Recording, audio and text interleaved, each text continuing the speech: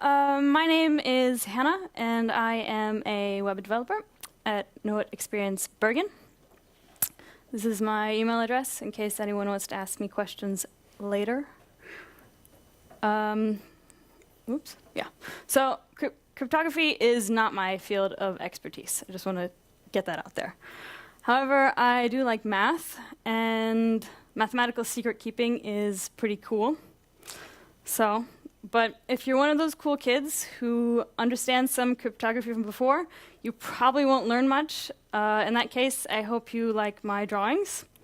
As stated in the abstract, I made this presentation entirely from drawings, no text. I like drawings. To me, they're sort of the ultimate test of if I understand something or not.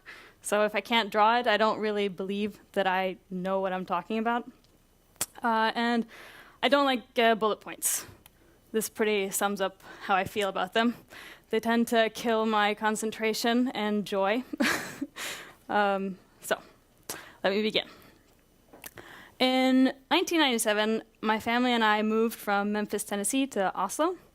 At the time, English was my only language, but soon enough, I began to learn Norwegian. It was pretty easy, very fun, mostly because I gained this special power of having two languages. I could use them to keep secrets. I had secret conversations out in the open that my father didn't know what I was saying. And it was when I was drunk on this power that I had an idea. If Norwegians can just make up 3 new letters, why can't I do the same? So I decided to make a whole new language to myself. I was 7, so bear with me. These are the only 3 letters I remember a couple of decades later. Now, I didn't actually end up making my own language. Instead, without really knowing it, I created a substitution cipher. A substitution cipher is where you replace each letter of your message with a cipher letter. Traditionally, people don't go through the trouble of drawing roses and pizzas and squiggly lines. Usually, they just jumble up the alphabet, shift its order around. That's what Caesar did. That's Caesar. This is his shift cipher. You can Google it later. In any case, my cipher did the job. I wrote my diary in it. I practiced translating books and songs. I knew it all by heart. It was great. Up until I decided I wanted to send secret messages in class. At that point, I ran into a very disappointing challenge. Because in order to send secret messages, I had to share the key to my alphabet. I had to teach my friends how to send me messages, which in all practicality meant that I had to risk the security of my dearest secrets. What if they told someone? What if they lost their instruction papers? They did get instruction papers. Or what if one of the others stole the papers? I mean, you can laugh all you want, but the concern was real. And I haven't been alone in my struggles. Key distribution has been a problem for a very, very long time. It's been a pebble in the shoe of every secret keeper from the beginning all the way up to the 20th century. It's a very long time. In World War II, the Germans sent out monthly code books in order to aid the use of the Enigma machine. It's a lot of books. In the 70s, banks hired trusted key carriers with padlocked briefcases. But as businesses grew in size, it became a logistical nightmare. And they stopped doing that. So no matter how secure a cipher is, it can always be undermined by the problem of key distribution. So let me introduce you to Alice and Bob. Alice and Bob, they need to send messages to each other. However, they can't speak directly because there's a wall between them. So they have to communicate through a channel. Here I drew it as a cloud. It could be anything, a phone, letters. And they agree that they need to use cryptography because you never know. You never know who's listening. This is eavesdropping Eve. She's kind of annoying, a nuisance to Alice and Bob. And let's just assume that she's always there. So this is Alice and Bob's problem. In order to establish safe communication, they have to share a key. But they can't share a key because they haven't established safe communication. It's sort of a chicken and the egg problem. A chicken and the egg problem that has lasted quite a while. However, someone has found a solution to it. It didn't happen yesterday. And in the grand scheme of things, it's pretty recent. It's a very elegant solution. And meet the makers. This is Whitfield Diffie and Martin Hellman, two very smart collaborators who are accredited with the discovery of the Diffie-Hellman key exchange. Actually, there's one other guy too, Merkel. They worked with him. He deserves recognition, but for some reason, they didn't include him in the Wikipedia page. Whitfield Diffie has publicly asked that people call the protocol the Diffie-Hellman-Merkel key exchange. It's pretty long, so I just drew all three of them. Now, I'm going to explain this key exchange in 2 rounds. First, I'm going to do it in the form of an analogy. And in the second round, I'm going to go through the math. Yeah, so here we go. So in this example, Bob and Alice want to arrive at an agreement on which color paint to paint the house. Alice doesn't want Eve to know because she just doesn't want to deal with her opinions. So therefore, they're going to use the Diffie-Hellman-Merkel key exchange to figure out their secret color. And in this scenario, Eve, she has a complete overview of all communication. She has the ability to copy every message sent between them. But she has the capabilities of a kindergartner when it comes to colors. I mean, we know that yellow and green is blue, but she doesn't. So just bear with me on that. It starts off like this. Alice and Bob, they agree on a common color. In this instance, yellow. They each acquire 1 liter of it. Eve does the same, because she's trying as best she can.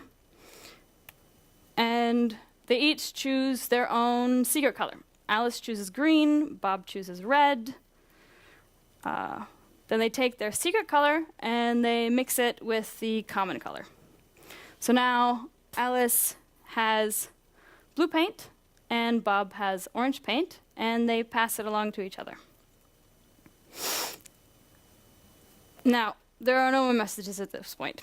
Everyone except Eve has all the information they need to establish a key. What Alice does next is she takes her own private color and mixes it with orange. Bob does the same with his. And they end up with the same sort of gooey brown color. Hooray! Now, Eve has some knowledge of the messages sent, but if she tries to mix these together, she gets the wrong color. And for those of you who might be colorblind, just going to emphasize, they're not the same. Hooray! Now they have a key, and they can communicate. So it's a pretty easy analogy, but I'm going to try and dissect it a little bit. So why does this work? Why can't Eve figure out the key? Well, it's super difficult to undo the mixing of paint, and she doesn't know that much about colors. She couldn't if she tried. She wants this color, and she wants this color, but all she has is these two. And she can't do magic. She can't undo the mixing function performed by Alice and Bob. So this example sort of begs the question. Is there any mathematical equivalent to mixing paint? You probably already know that the answer is yes, because I'm standing here. But just keep in mind that for a really long time, no one had thought of this. It's pretty special. So what we're looking for is called a one-way function. Many of you probably already know what it is. It's something that's really easy to do, but difficult to undo, like emptying a tube of toothpaste. Something like this.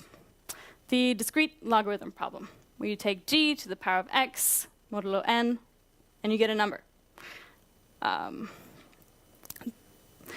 This is a one-way function because, put simply, it's really difficult to go from m and compute x. There's no easy way to do it. You just can't. This is what mathematically pins down the security of the Diffie-Hellman key exchange. So, what does Alice and Bob have to do? They have to agree on a G and an N. That's their common color. Secondly, they pick their secret exponents, x equals a and x equals b, b for Bob, a for Alice. And they compute their mixes. Alice gets big A, Bob gets big B, and they send them off to each other. Then they mix it all together, just like with the paint, and they get the same key. Like this. The math behind this is really simple, but very elegant. What Bob has to do, he takes Alice's mixing number, mixing color, and he raises it to the power of his secret exponent, modulo n, which is equivalent to this. I'm not going to say it out loud. It's too convoluted. It's boring to listen to. But that is the same as this, which is the same as this. And the same for Alice. It's so simple and so elegant. And it's pretty amazing to me that something so small can fix a very huge problem. So now Alice and Bob have a secret key together. That's actually all I had to say. I said that really quickly. So, for any of you who want to learn a little bit more about cryptography or key exchange, I have a short list of books and YouTube channels. I also have a list of sources if anyone wants that. But the code book by Simon Singh, it's sort of a history of cryptography. It's very interesting, very well written. It makes anyone who reads it feel very smart, or perhaps smarter than they are. And Understanding Cryptography by Christoph Parr. He also has free lectures online. And Bruce Schneier has a blog on security, which is pretty well written. It started in 2004. So yeah, in the spirit of sharing, here's a list. Here's also a list of YouTube channels for math and computers. That's fun. So yeah, that was very quick. What's that?